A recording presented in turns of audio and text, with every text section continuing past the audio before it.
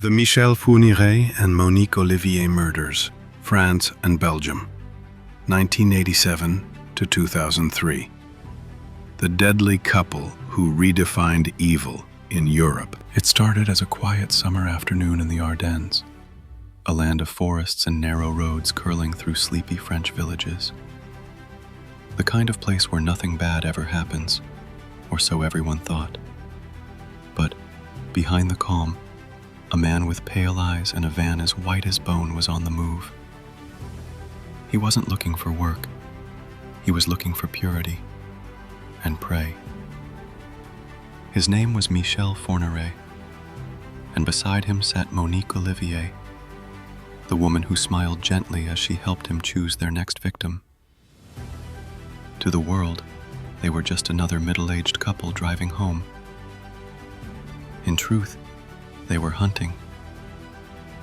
For nearly 2 decades, the forests of France and Belgium hid their crimes. Girls vanished without a sound. Parents prayed, police searched, and time kept swallowing evidence. No one imagined that the evil they feared lived quietly behind a white fence, drinking coffee, reading newspapers, and preparing for the next abduction. Evil doesn't always wear a mask. Sometimes it holds your hand. By the end of this story, you'll understand how a woman became the accomplice of a monster, and why every parent in Europe would never again look at a passing van the same way. Between the late 1980s and early 2000s, France and Belgium shared more than borders. They shared a nightmare. In the quiet towns of Auxerre, Sedan, and Namur, young girls disappeared one by one. No bodies, no screams, no witnesses.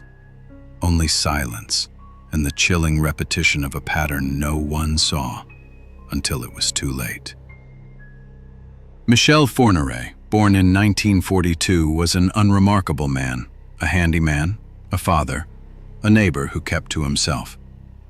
He had already served time for assaulting minors, but was released early for good behavior.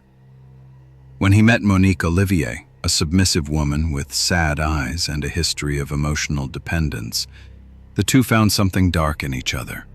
Control and devotion twisted into obsession. From 1987 onward, they roamed the countryside in their white van, a trap disguised as kindness. Monique would smile, offer a ride, speak softly to gain trust. Once the door shut, innocence ended.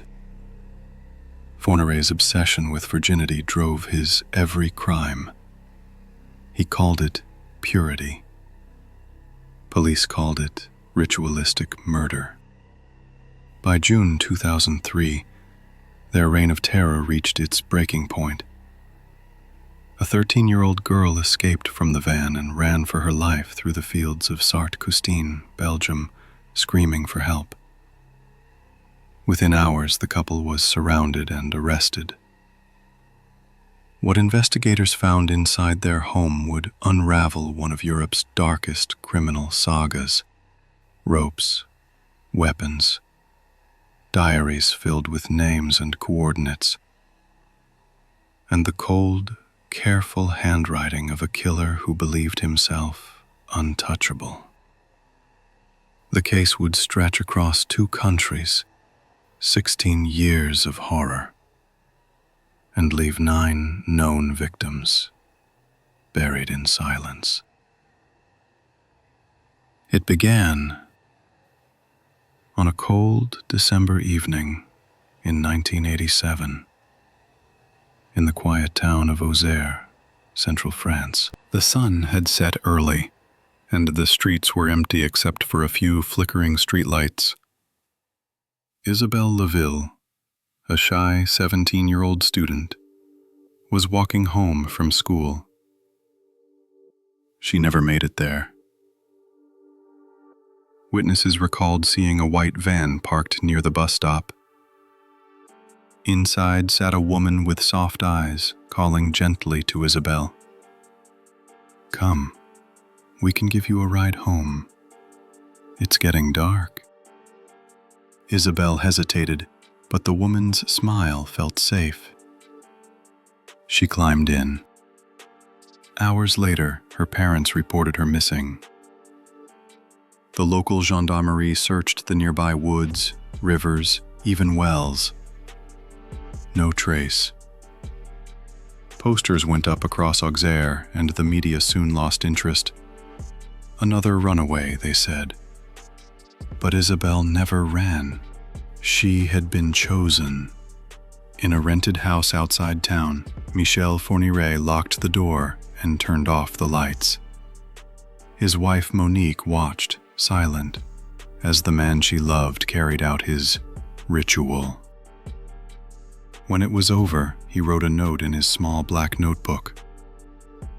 First one. Pure, perfect. For years, that single line meant nothing to investigators.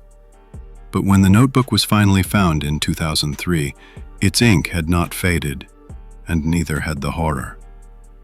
Isabel's name was the first of many in what detectives would later call the list of innocents. The forest around Auxerre swallowed its secret for 16 long years. Not until Fourniret's arrest would police learn where he had buried her body, in a forgotten clearing marked only by moss and silence. Evil rarely starts with thunder. Sometimes it begins with a whisper and a smile. After Isabel's disappearance, the pattern grew darker. Fourniret had found his rhythm and his perfect accomplice. Monique Olivier was no longer the timid follower. She had become his shadow. Her role was clear: lure, calm, and obey. His was to hunt and destroy. In 1988, they drove through Châlons-en-Champagne, where a 20-year-old woman named Fabienne Leroy was walking home after work. The white van slowed beside her. Monique offered a ride. Fabienne smiled, grateful. She vanished before dawn. Her body was later found in a field, raped, strangled, and left beneath wildflowers. Fourniret called it a ceremony. That same year they killed again. Farida Hamich, wife of a former cellmate. This time the motive wasn't purity, but greed. Fourniret wanted the gold her husband had hidden. After she led him to it, he murdered her and buried her in the woods near Paris. The gold financed the couple's move to Belgium, where they bought an old castle in the Ardennes, a fortress for their crimes. Inside its stone walls, they planned new hunts. Monique prepared meals, cleaned bloodstains, washed clothes, and never asked questions. She believed she was helping the man God chose her to serve. By 1989, their crimes crossed borders. 2 young women disappeared in Belgium: Jean-Marie de Rameau, a university student, and Elizabeth Brichet, only 12. Both smiled before stepping into the van. Both never came out alive. When police began comparing cases, they noticed one haunting similarity. Witnesses always mentioned a polite woman, a friendly voice, and a van that seemed to appear out of nowhere. They weren't just killing, they were perfecting their duet. By the early 1990s, the disappearances had multiplied. Different towns, different years, but the same ghostly pattern. In France, gendarmes searched forests near Sedan. In Belgium, detectives combed the Meuse Valley.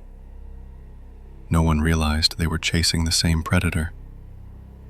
The border between the two nations became a wall, not of protection, but of confusion. Fourniret exploited that gap. He changed license plates, moved between his house in Donchery and his castle in Sarthe-Custine, blending into rural life.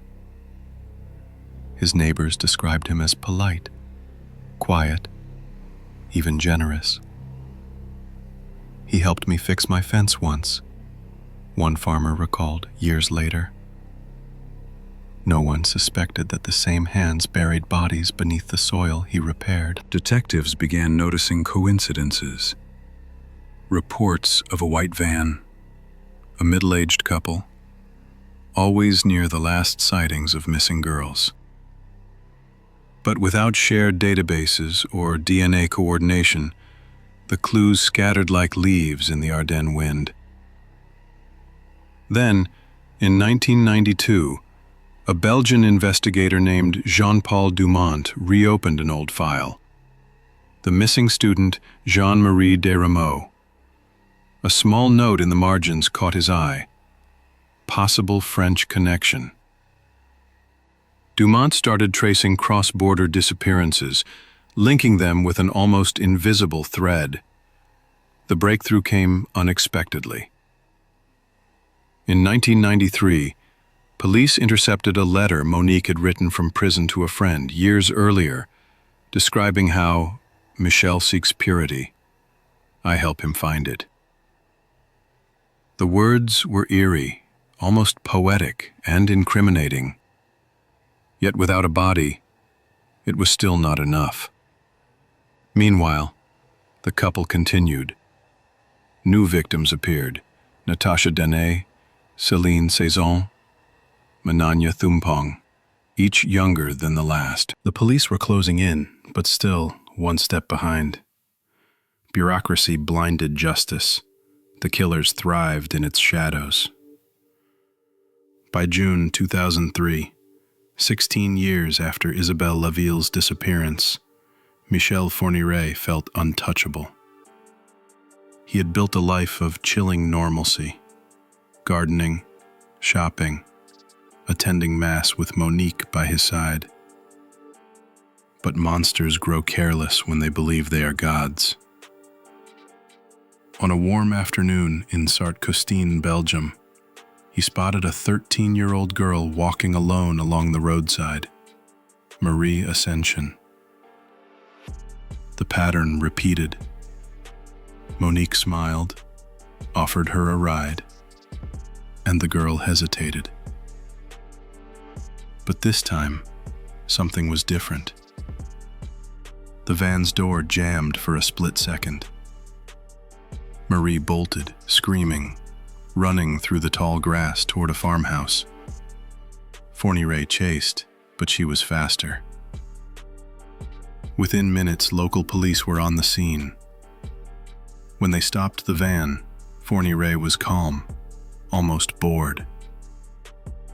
"What's the problem, officer?" he asked. But inside the vehicle, officers found ropes, duct tape, and a knife. The girl's statement sealed his fate. He was arrested on the spot. At first, both denied everything. Yet, under interrogation, cracks began to form. Not in Fourniret's silence, but in Monique Olivier's eyes. Separated from him for the first time in years, she broke down. Her confession spilled like a dam bursting. Names, locations, dates. She described graves and forests, details only the killer could know. Investigators followed her directions to the Ardennes woods and unearthed bones, one, then another. The pattern was undeniable.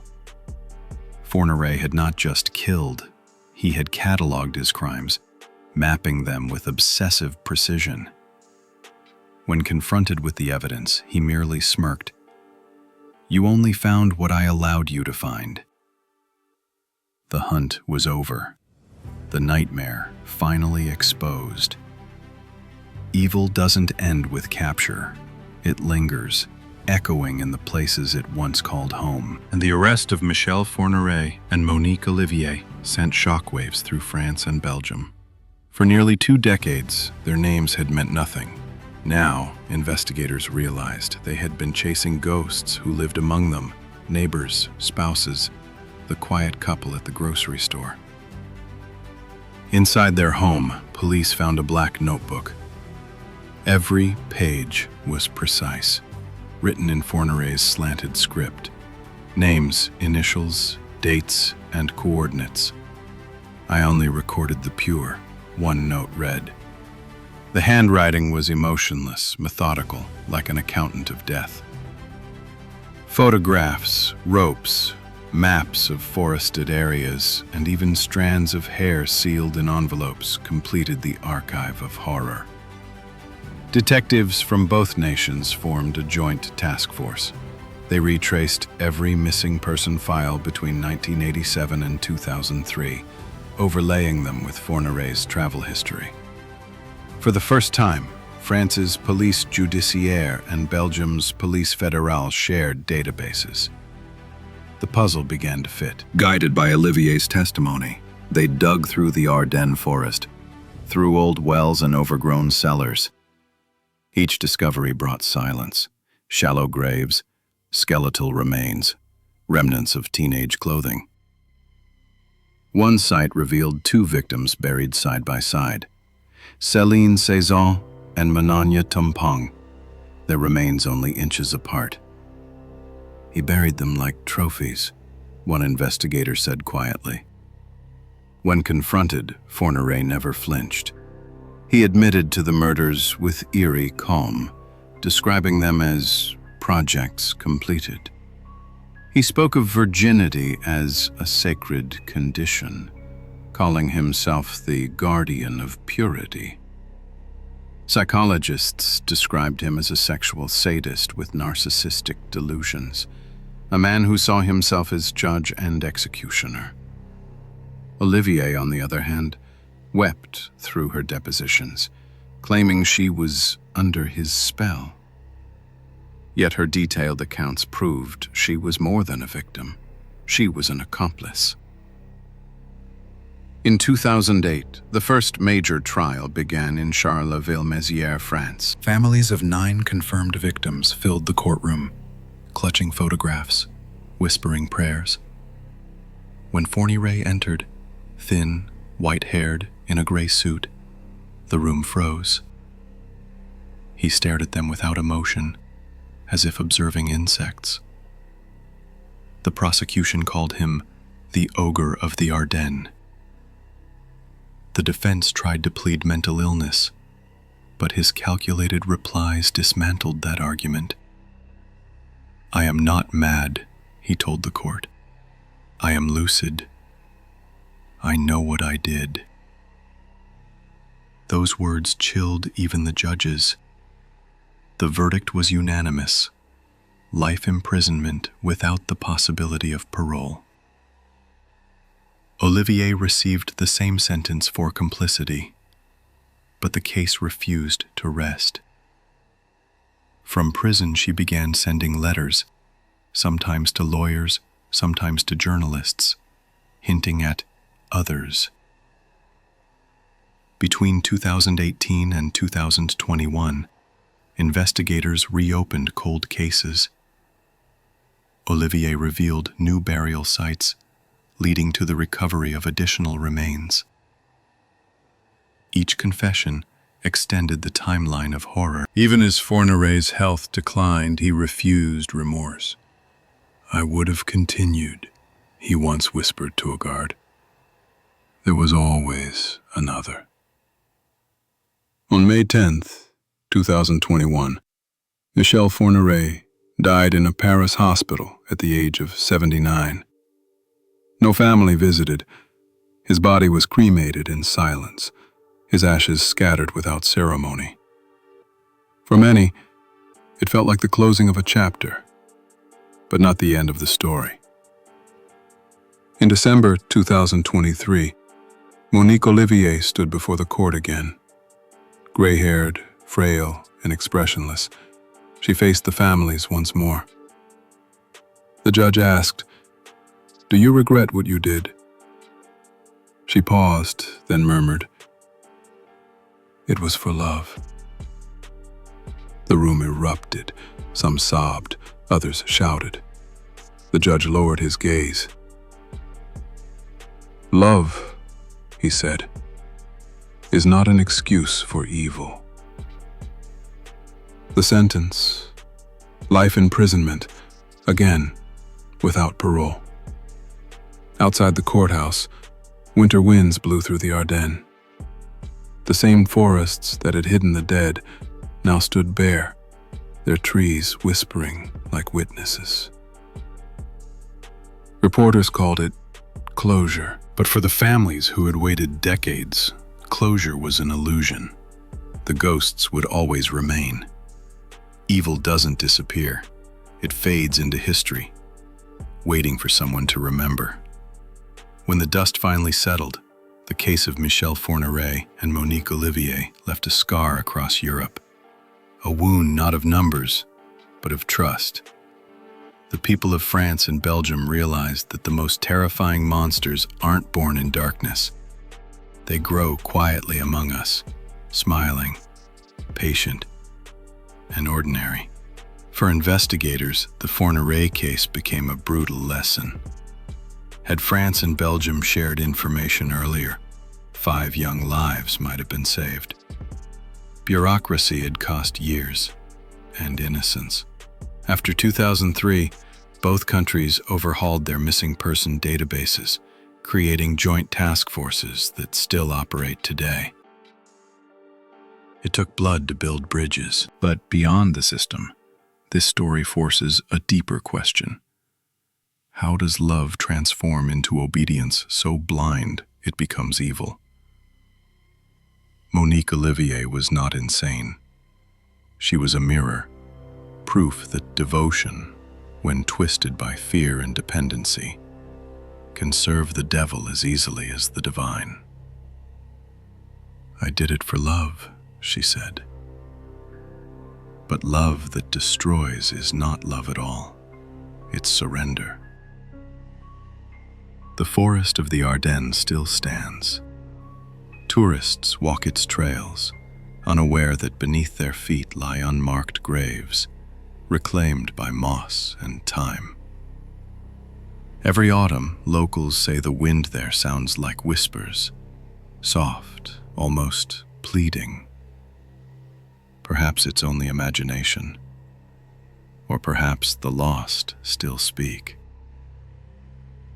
Evil doesn't always wear a mask. Sometimes it smiles. Sometimes it asks for your help. So, remember, monsters don't just hide in alleyways or dark basements. Sometimes they drive beside you in daylight.